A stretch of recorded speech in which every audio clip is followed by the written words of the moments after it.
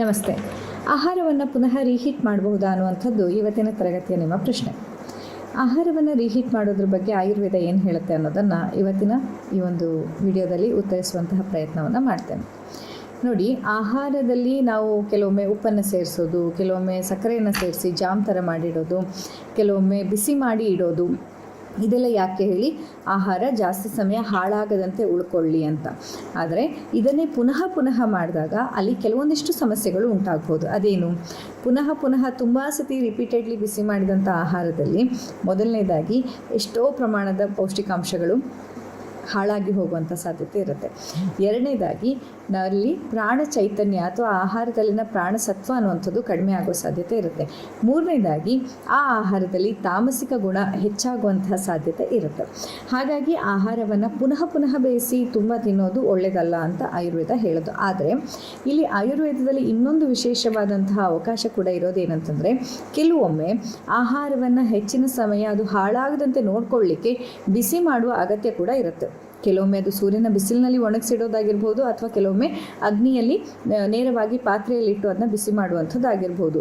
So ಬಿಸಿ ಮಾಡುವಂಥದ್ದು ಕೆಟ್ಟದ್ದಲ್ಲ, ಪುನಃ ಬಿಸಿ ಮಾಡೋದು, ತುಂಬ ಸತಿ ಬಿಸಿ ಮಾಡೋದು ಹಾನಿಯಾಗಬಲ್ಲದು. ಯಾಕಂದರೆ ಕೆಲವೊಂದಿಷ್ಟು ಆಹಾರದಲ್ಲಿ ಪುನಃ ಬಿಸಿ ಮಾಡಿದಾಗ ಅದರ ಪೋಷಕಾಂಶಗಳು ಜೀರ್ಣಕ್ರಿಯೆಗೆ ಇನ್ನಷ್ಟು ಹೆವಿ ಆಗುತ್ತೆ.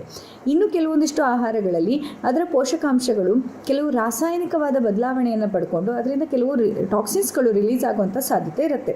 ಹಾಗಾಗಿ ಪುನಃ ಬೇಯಿಸಿ ತಿನ್ನುವಂಥದ್ದು ಒಳ್ಳೆಯದಲ್ಲ. ಆದರೆ ಇದನ್ನೇ ಸ್ಟ್ರಿಕ್ಟ್ ರೂಲಾಗಿ ಮಾಡಿಕೊಂಡು ನಿಮ್ಮ ಜೀವನವನ್ನು ಇನ್ನೂ ಕಷ್ಟಪಟ್ಕೊಳ್ಳಿ ಅಂತ ನಾನು ಹೇಳ್ತಾ ಇಲ್ಲ. 80 to 20% ನೀವೊಂದು ರೇಷಿಯೋ ಇಟ್ಕೋಬೇಕು.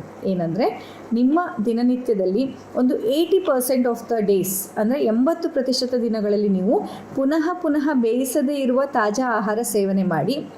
ಏನು ಅನಿವಾರ್ಯದ ಕಾರಣದಿಂದ ಇದ್ದಾಗ, ಅನಿವಾರ್ಯದ ಪರಿಸ್ಥಿತಿಯಲ್ಲಿದ್ದಾಗ 20% ದಿನಗಳಲ್ಲಿ ಈ ರೀತಿಯಾಗಿ ರೀಹೀಟೆಡ್ ಪದೇ ಬೇಯಿಸಿದಂತಹ, ಅಥವಾ ಒಂದು ಬಾರಿ ಬೇಯಿಸಿದಂತಹ, 2 ಬಾರಿ ಬೇಯಿಸಿ ಮಾಡಿದಂತಹ ಆಹಾರವನ್ನು ಸ್ವೀಕಾರ ಮಾಡುವ ರೂಢಿ ಇಟ್ಕೊಂಡ್ರೆ ಖಂಡಿತ ನಿಮಗೆ ಅದರಲ್ಲಿ ತೊಂದರೆ ಆಗೋದಿಲ್ಲ. ಯಾಕಂತಂದರೆ ಯಾವುದನ್ನೇ ಆದರೂ ಅತಿಯಾಗಿ ಮಾಡಿದಾಗ ಅದರಿಂದ ಸಮಸ್ಯೆ ಆಗುವಂಥದ್ದು. ಸೊ ನೀವು ಒಂದು ಮಾಡ್ರೇಷನ್ ಇಟ್ಕೊಂಡು 80-20 ರೂಲ್ಸ್ ಅನ್ನೋದನ್ನು ಫಾಲೋ ಮಾಡ್ಕೊಂಡು ಹೋದರೆ ಒಂದು 80% ನಿಮ್ಮ ಜೀವನದಲ್ಲಿ ನೀವು ಪದೇ ಬಿಸಿ ಮಾಡದ ಆಹಾರವನ್ನು ಸೇವನೆ ಮಾಡಬೇಕು.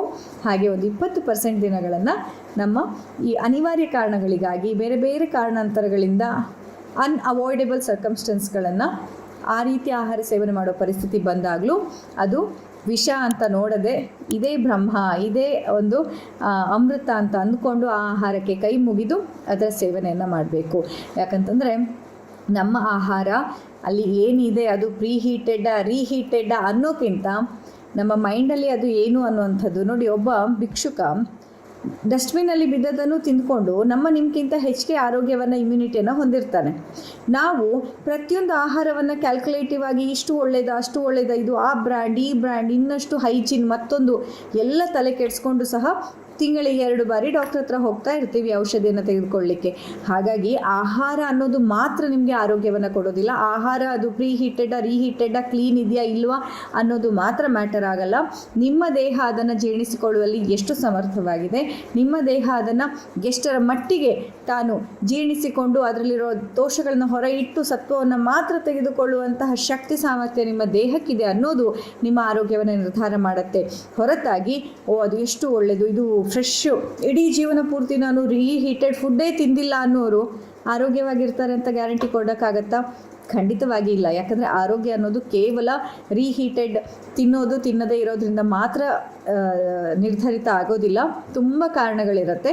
ಅದರಲ್ಲಿ ಪದೇ ರೀಹೀಟ್ ಮಾಡ್ತಾ ಮತ್ತು ಎವ್ರಿಡೇ ಅದನ್ನೇ ತಿಂತ 80%ಕ್ಕೂ ಹೆಚ್ಚಿನ ದಿನಗಳು ಇದನ್ನೇ ತಿನ್ನುವವರಲ್ಲಿ ಖಂಡಿತ ಅದರಿಂದ ತೊಂದರೆ ಆಗುತ್ತೆ. ಆದರೆ ಅಪರೂಪಕ್ಕೆ ಒಮ್ಮೆ ಎಲ್ಲೋ ಅನಿವಾರ್ಯ ಇದ್ದಾಗ ಖಂಡಿತವಾಗಿ ನೀವು ಈ ರೀತಿ ಸೇವನೆ ಮಾಡಬಹುದು. ಸೇವನೆ ಮಾಡುವಾಗ ಮನಸ್ಸಲ್ಲಿ ಯಾವುದೇ ಗಿಲ್ಟನ್ನು ಇಟ್ಕೊಳ್ಳಿ. ಯಾಕಂದರೆ ಇಲ್ಲಿ ನೀವು ರೀಹೀಟೆಡ್ ಫುಡ್ ತಿಂದಿರೋಕ್ಕಿಂತ ಹೆಚ್ಚಿಗೆ ಹಾನಿ ಯಾವುದರಿಂದ ಆಗುತ್ತೆ? ನೀವು ಗಿಲ್ಟ್ ತಿಂತಾ ಇದ್ದೀರಾ.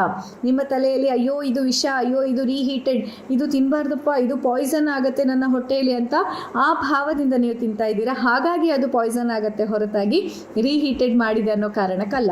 ರೀಹೀಟೆಡ್ ಮಾಡಿದಾಗ ಹೆಚ್ಚು ಅಂತಂದರೆ ಅದರಲ್ಲಿ ಪೌಷ್ಟಿಕಾಂಶಗಳ ಕೊರತೆ ಸ್ವಲ್ಪ ಆಗ್ಬೋದು, ಅಥವಾ ಜೀರ್ಣಕ್ರಿಯೆಗೆ ಅದೊಂದು ಸ್ವಲ್ಪ ಕಷ್ಟ ಆಗಿ ಕೆಲವರಿಗೆ ಬ್ಲೋಟಿಂಗ್ ಅಥವಾ ಕೆಲವರಿಗೆ ಅದು ಹೆವಿನೆಸ್ ಅಂತ ಅನ್ನಿಸ್ಬೋದು. ಅಷ್ಟೇ ಹೊರತಾಗಿ ತೀರಾ ಹಾರ್ಮ್ಫುಲ್ ಕೆಮಿಕಲ್ಸ್ಗಳೆಲ್ಲ ತೀರಾ ವಿರಳವಾದಂಥ ಕಂಡೀಷನಲ್ಲಿ ಮತ್ತು ಪದೇ ತುಂಬ ವಾರಗಟ್ಟಲೆ ಅದನ್ನ ಬೇಯಿಸಿದಾಗ ಮಾತ್ರ ಆಗುವಂಥದ್ದು. ಅದರ್ವೈಸ್ ತುಂಬ ದೊಡ್ಡ ಹಾನಿ ಅನ್ನೋದು ಆಗೋದಿಲ್ಲ. ಬಟ್ ನಿಮ್ಮ ಗಿಲ್ಟಿಂದ ನೀವು ಗಿಲ್ಟನ್ನು ತಿಂದರೆ ಖಂಡಿತವಾಗಿ ತುಂಬ ದೊಡ್ಡ ಹಾನಿ ಆಗುತ್ತೆ. ಹಾಗಾಗಿ ಯಾವುದೇ ಗಿಲ್ಟ್ ಇಲ್ಲದೆ, ಯಾವುದೇ ರೀತಿಯ ಒಂದು ತಲೆಯಲ್ಲಿ ಆ ಭಾರ ಇಟ್ಕೊಳ್ಳದೆ ನೀವು ಆಹಾರ ಸೇವನೆ ಮಾಡಿದರೆ ಖಂಡಿತವಾಗಿ ನಿಮ್ಮ ದೇಹ ಅದನ್ನು ಎಕ್ಸೆಪ್ಟ್ ಮಾಡ್ಕೊಳ್ಳುತ್ತೆ, ಸ್ವೀಕಾರ ಮಾಡ್ಕೊಳ್ಳುತ್ತೆ, ಸರಿಯಾದ ರೀತಿಯಲ್ಲಿ ಅದನ್ನು ಪಚನ ಮಾಡಿ ಬೇಕಾದ ಅಂಶವನ್ನು ತೆಗೆದುಕೊಂಡು ಬೇಡದಿದ್ದದನ್ನು ಹೊರಹಾಕುತ್ತೆ.